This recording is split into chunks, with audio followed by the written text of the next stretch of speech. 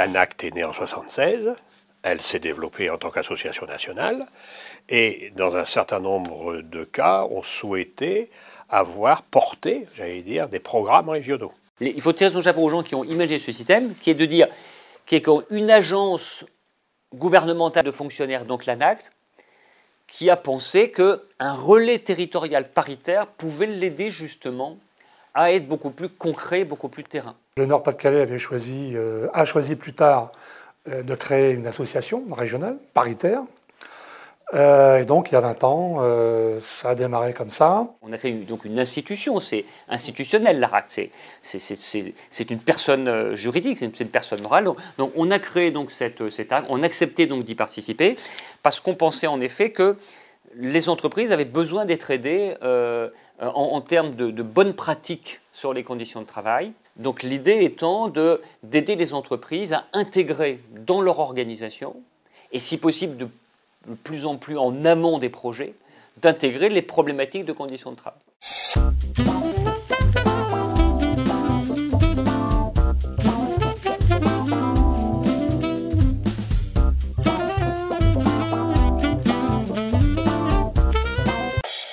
Je pense que notre région Nord-Pas-de-Calais est dans l'histoire une région à caractère industriel très fort, textile, mine, et ensuite on peut aller automobile ou autre, a véritablement des enjeux très forts autour du travail et des conditions de travail.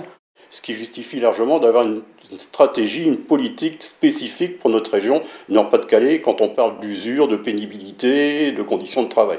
Et quand les paritaires discutent d'organisation du travail, il y a forcément le progrès derrière. Voilà.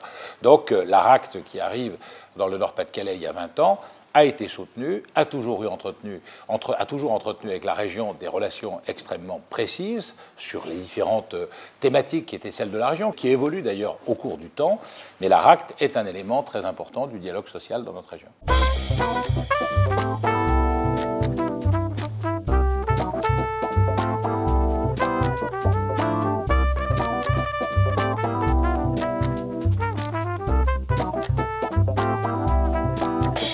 Une des astuces qu'a proposé l'ANACT dans le montage, c'est plutôt que de mettre tous les acteurs dans le conseil d'administration et tout le monde se retrouve, a défendu l'idée donc effectivement d'un conseil d'administration paritaire entre employeurs et salariés, mais qu'à côté effectivement de ce conseil d'administration, on ait ce qu'on appelle un comité d'orientation.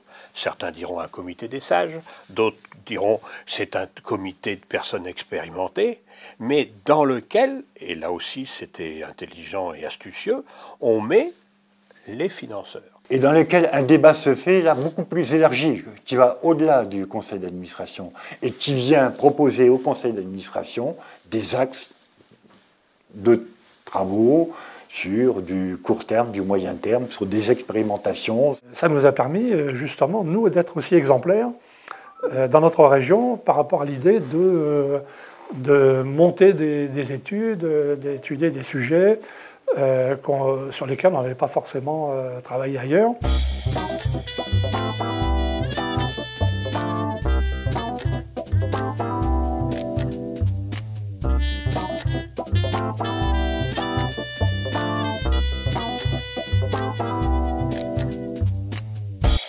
Les recrutements qui ont été faits avec des chargés de mission qui avaient une âme un peu militante, dans le sens qu'ils ont souhaité effectivement développer, que ce soit le thème compétences, que ce soit le thème temps de travail, que ce soit le thème pénibilité. On voit bien qu'il y a une appropriation scientifique du champ pour après, effectivement, le développer. La déontologie absolue de l'ARACT, c'est de prendre en compte aussi bien le point de vue du chef d'entreprise que le point de vue des salariés, que celui des représentants du personnel.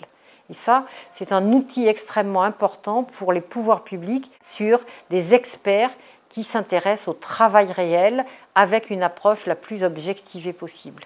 Donc un travail remarquable qui s'est d'ailleurs traduit par des ouvrages, par des études qui ont été diffusées dans le secteur professionnel.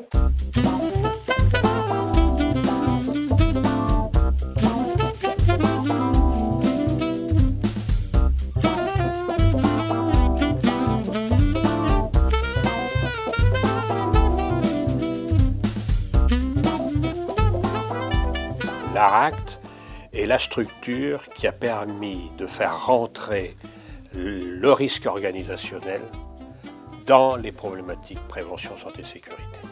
Donc il est sûr que l'amélioration des conditions de travail, on voit bien les thématiques qui sont traitées donc, au sein de l'ARACT, elles ont bien évolué depuis 20 ans, hein, donc ça montre bien a priori que des choses qui étaient une préoccupation donc il y a 20 ans le sont moins maintenant, donc ça veut dire qu'on peut espérer que ça soit beaucoup amélioré, notamment les problèmes d'ergonomie pure, hein, où il y a quand même de gros efforts de fait. Et l'évolution, elle se fait vraiment maintenant sur le bien-être au travail. Donc l'ARACT est vraiment dans son temps. Hein. Comment on accompagne le changement et comment on fait en sorte que le salarié se sente au mieux dans son travail, c'est ça l'objectif. Et du coup, l'ARACT a un rôle encore à jouer pendant 20 ans. Allez, voilà, aujourd'hui, je dirais que l'ARACT a encore des missions importantes à mener autour de ces questions. C'est vrai qu'il faut continuer à privilégier, c'est ce côté concret donc, du travail de l'ARACT, donc le travail en entreprise, près donc, des employeurs, près des salariés, près des représentants du personnel, de façon à apporter un éclairage particulier sur des choses qui sont quelquefois difficiles à cerner pour des gens qui sont